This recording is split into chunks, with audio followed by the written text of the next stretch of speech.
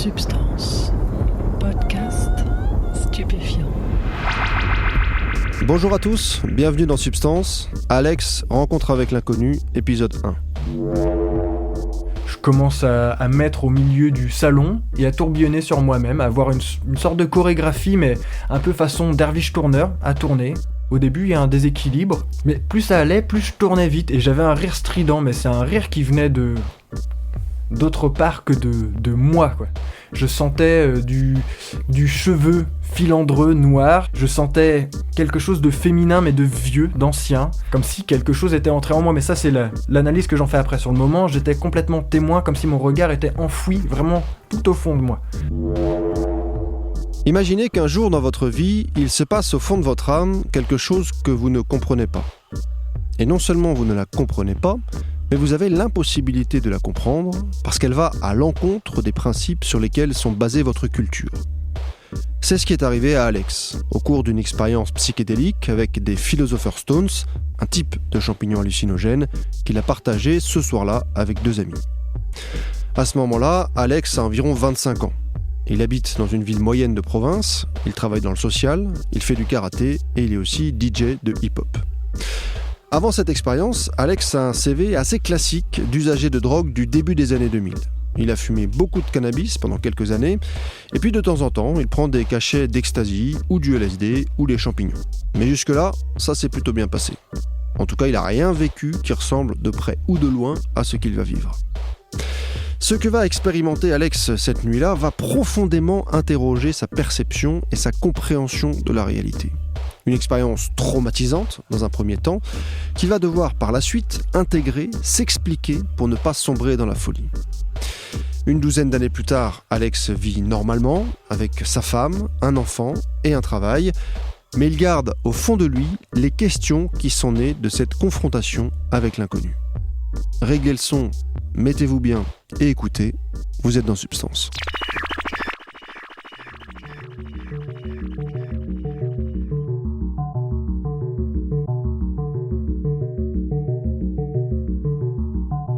Avec ces 3 potes, on prépare notre petite infusion avec les Philosopher's Stones. On la prend et rapidement, des effets se font sentir en moi, mais des effets, j'ai envie de bouger. Mes potes restent dans le salon, j'étais vraiment coupé d'eux. Moi j'étais en déambulation dans l'appartement de mon collègue. Je déambulais et je me rappelle qu'il y avait une sorte de... pas de voix, mais de quelque chose d'extérieur qui essayait de m'influencer, qui essayait de me faire quelque chose d'humiliant. Je vais pas donner exactement le détail de ce qu'il me demandait de faire, mais ça me demandait de faire quelque chose d'humiliant, de m'abaisser à faire quelque chose. Je me refusais à le faire. Je déambulais, cette chose-là me mettait un peu plus la pression, et puis à un moment donné, j'en avais ras-le-bol, et puis j'ai fait ce que j'ai obtempéré.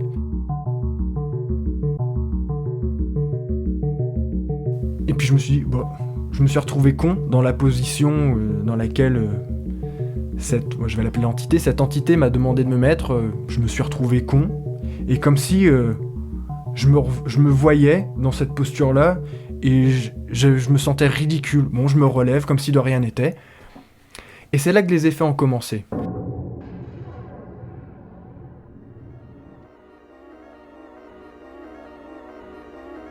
C'est comme si je venais d'ouvrir une brèche, une porte.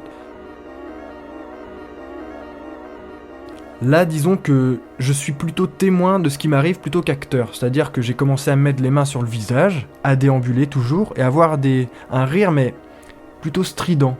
À déambuler dans l'appartement, mes collègues me demandaient « ça va bien, ça a pas l'air d'aller », et puis ils pensaient même que je me foutais de leur gueule. J'avais un rire, et ils pensaient que... Déjà, eux avaient un soupçon d'inquiétude. Ils m'ont dit après qu'ils sentaient qu'il y avait quelque chose dans l'appartement, qu'il y avait un truc un peu bizarre qui se tramait. Et ils pensaient que moi, j'étais clairement en train de me moquer d'eux. Et puis je leur disais non, ça va très bien, ça va très bien. Et puis c'était ponctué d'éclats de rire stridents. À un moment donné, il y a une rupture. Je sais plus trop vraiment ce qui se passe. Je commence à mettre au milieu du salon et à tourbillonner sur moi-même, à avoir une sorte de chorégraphie, mais un peu façon derviche tourneur, à tourner. Au début, il y a un déséquilibre, parce que on n'est pas habitué à tourner vite. Mais plus ça allait, plus je tournais vite. Et j'avais un rire strident, mais c'est un rire qui venait d'autre part que de moi, quoi. C'était ça. Et mes collègues ont vu qu'il y avait quelque chose d'anormal qui se passait. Et ils ont essayé de m'arrêter dans mon tourbillon. Et moi, je leur criais « Vous vous agrippez, ne vous agrippez pas, vous vous agrippez. » Mais avec une voix stridente, quoi. « Vous vous agrippez, non, vous agrippez pas, vous vous agrippez. »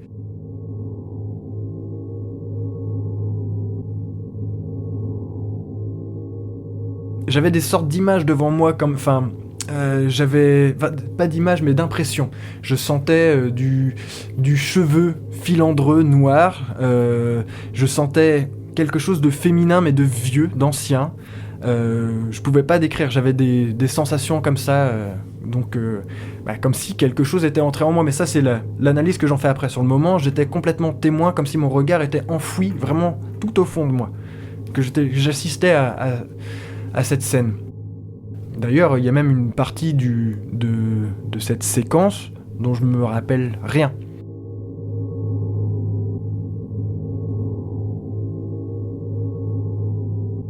Et à un moment donné, l'un de mes collègues m'empoigne fermement et comprend qu'en fait que c'est plus moi qui suis aux commandes.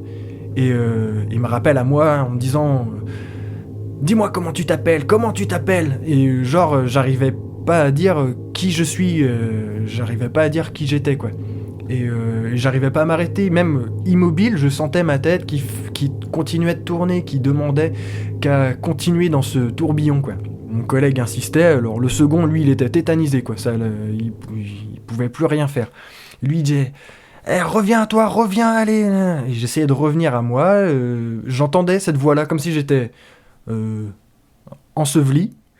Et j'ai senti mon regard revenir dans mes yeux. C'est-à-dire que comme si mon regard était enseveli, justement, et revenir comme dans deux tubes, et voir finalement mon ami me regarder avec intensité. Et il n'arrivait pas à me faire dire mon prénom. Et il m'a demandé « Qu'est-ce que tu fais dans la vie ? Qu'est-ce que tu fais comme boulot ?» Et à l'époque, je dirigeais un centre de loisirs, c'était pendant une période de vacances, je me rappelle. Donc je fais « directeur !» Et à partir de ce moment-là, c'est comme s'il y a quelque chose en moi qui me quittait. Et là, je reprends conscience, je fais « Merde, qu'est-ce qui s'est passé ?» Et je comprends que j'avais clairement perdu le contrôle, que je venais d'être abandonné par quelque chose qui était rentré en moi. Là, j'ai vraiment flippé. Je me souviens même m'être dit que je voulais plus recommencer ce genre d'expérience. J'ai même pleuré dans les bras de mon deuxième collègue qui, lui, était tétanisé par cette expérience, quoi. Et la soirée a continué, on a réussi à se rasséréner un petit peu. Bon, après les effets sont dissipés, etc.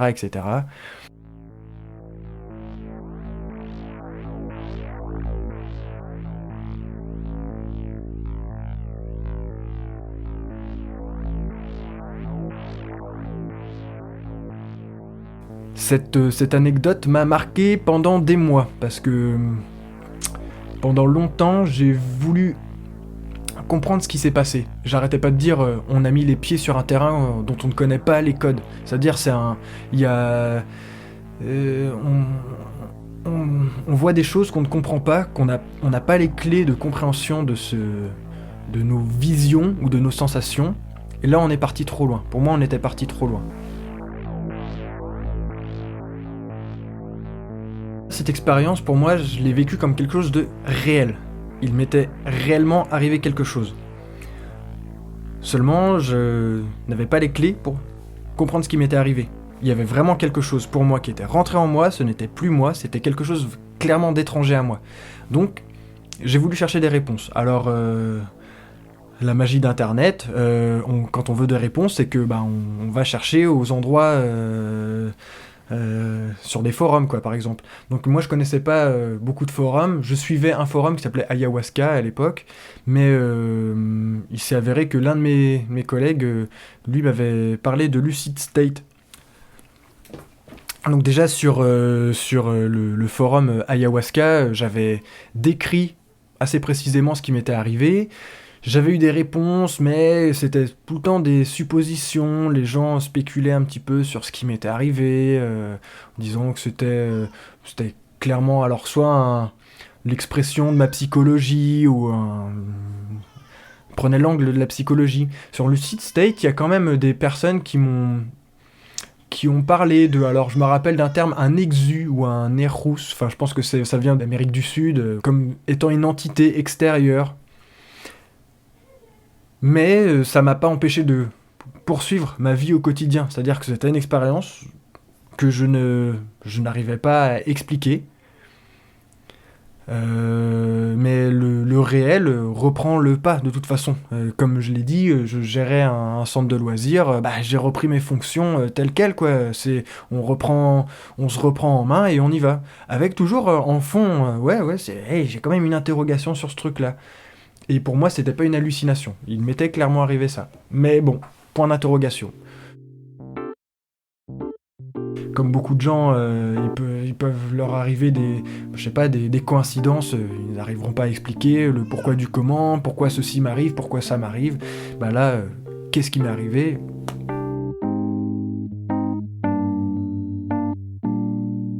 On va dire que j'ai mis ça sous le tapis pendant plusieurs mois, voire même, ça se compte peut-être même en années.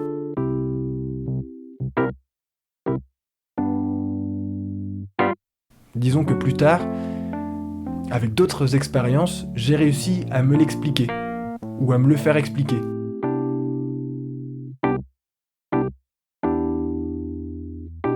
À suivre.